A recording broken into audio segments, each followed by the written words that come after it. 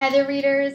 Today is the final day of the Lemonade War. We're on chapter 14. It's crazy to think how much we've read in such a short amount of time already.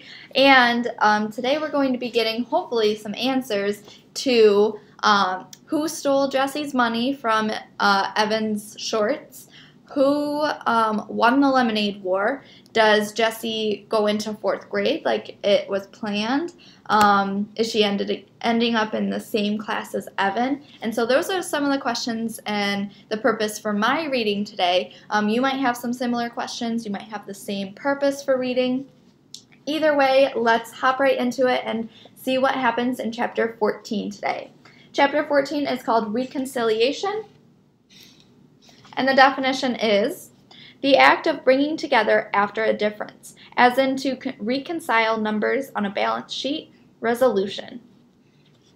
Come on, you two, Mrs. Chesky called up to the stairs. If we don't go now, there won't be any room on the grass. We're coming, shouted Evan, sticking his head out of his room. Jesse was sitting on his bed, and he was trying to get her to go to the fireworks. She had her lockbox on her lap and a mullish look on her face. Just say it's a tie, said Evan. Come on, Jess. This whole thing is stupid, and you know it. It's not a tie unless it's a tie, said Jessie, knowing it sounded like she was a brat, but not able to stop herself. How much have you got? Mom's waiting, said Evan. Put your dumb box away and let's go to the fireworks. How much have you got? Evan tensed up his fingers as if he were strangling the invisible ghost. Nothing, okay? I've got nothing. Look. He turned his pockets inside out of his shorts. Jessie looked skeptical. You can't have nothing. You must have made something. Well, I had expenses, so I ended up with nothing, okay? Are you happy? You win. Evan sat on the edge of his bed, looking at the floor. Jessie felt her heart sink. Did you spend all your money on mix for your lemonade on wheels stand? Said Jessie. All of it? Evan nodded. Jessie felt like crawling under the bed and never coming out. It didn't pay off so good, she whispered. There was a few bugs in the system, said Evan. That's a joke Jesse would have loved, he thought. Before the war, now it was all just money and numbers and bad feelings. There was no room for laughing. Oh, said Jessie. Her voice was the size of an ant. She stared down at the box in her lap. She opened the lid of her lockbox, took out the change tray, and pushed aside the scraps of paper she had collected and the comment card from Megan. She stared. Wait a minute. This isn't my money. She picked up handfuls of wrinkled, bunched-up bills. Evan lay on the bed and covered his head with a pillow. Jessie counted the money quickly. $62.11? Where'd this come from? Take that dumb pillow off your head. I can't understand what you're saying, she said to him. It's my money, he shouted, still through the pillow. It was $103, but then I spent $41 for the lemonade on wheel stand. Just now it's $62. Your money? But where's my money? Evan pulled the pillow away from his face. His eyes were closed. His nose pointed at the ceiling. He folded his arms across his chest like a dead man. I took it. Well, give it back, said Jessie. This time she hit the side of his leg for real. I can't. It's gone. He lay as still as a 3-day-old corpse. Gone? Gone where? Jessie was shrieking now. Never in her life had she worked so hard to earn money. Never in her life had she more than $100 in her hand. Never in her life had she had a friend who trusted her like Megan had. I don't know, it was in my shorts pocket, and then I played basketball with some guys, and then we went to Jack's house to swim, and then I took off my shorts and borrowed a suit, and when I went back to change, the money was gone, he said quickly. He sat up and faced his sister. I'm really sorry. In a real war, you fight. You fight with your hands and with weapons. You fight with anything you've got because it's a matter of life or death. Jessie felt the loss of her hard-earned money like a death, and she ripped into Evan with all her power. She punched him, she kicked him, she threw her lockbox at him. She wanted to tear him up into little pieces. Evan didn't even try to pin her down, though it would have been easy to do.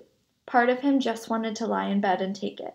For being the one who started the whole thing by saying, "I hate you," for making Jessie feel so rotten about herself just because Evan felt so rotten about himself, for taking Jessie's money and losing it to Scott, just for being so stupid.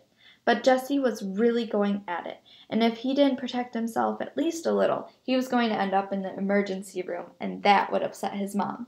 So he kept his hands up in front of his face, just enough for Jessie from gouging out his eyes. But he never once tried to hit her back. He was done fighting. Finally, Jessie ran out of gas. She lay down on bed and tried to make her brain work. Her body was so worn out that her brain felt like the only part of her that could work. "One of your friends stole my money," she said. "I think it was Scott Spencer," said Evan. "He went upstairs to go to the bathroom and then came down in a hurry and said he had to go home. After that, I went upstairs and the money was gone." "He's such a jerk," said Jessie. "The biggest," said Evan. "If he gets an Xbox, I'll know he wins. I know it was him." "It was a lot of money," said Jessie, feeling tears start to spring from her eyes and run down her face. "It was," said Evan. "I couldn't believe how much when I saw it. You're really something, you know. Earning all that money selling lemonade." "Thanks," thought Jessie, though she couldn't say the word. "Why'd you do it, Evan?" she asked. She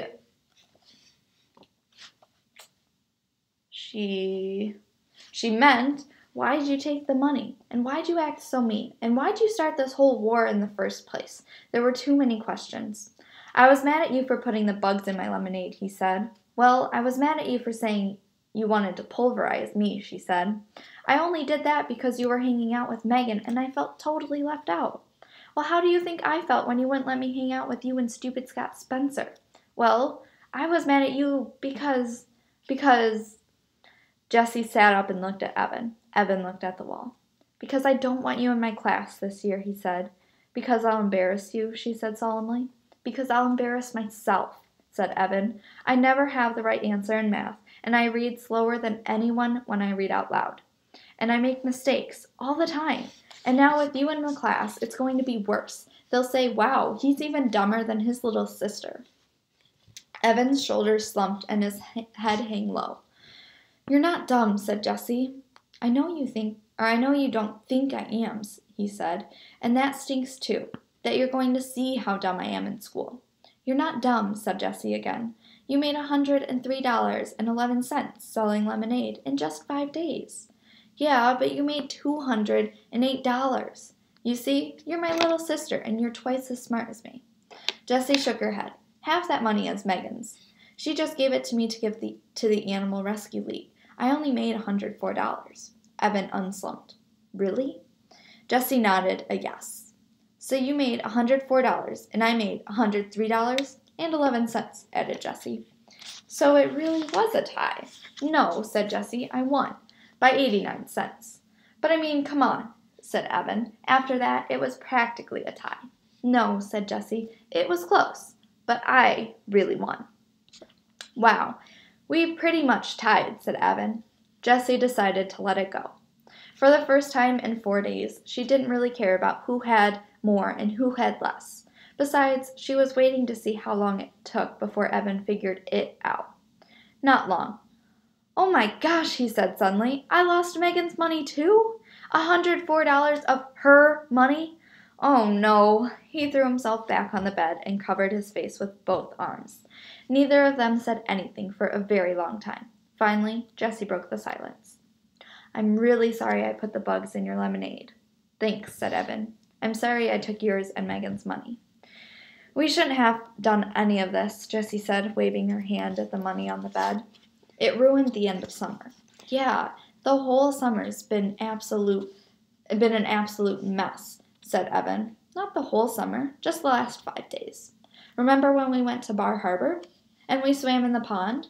Jessie couldn't stand Evan thinking the whole summer had been a mess.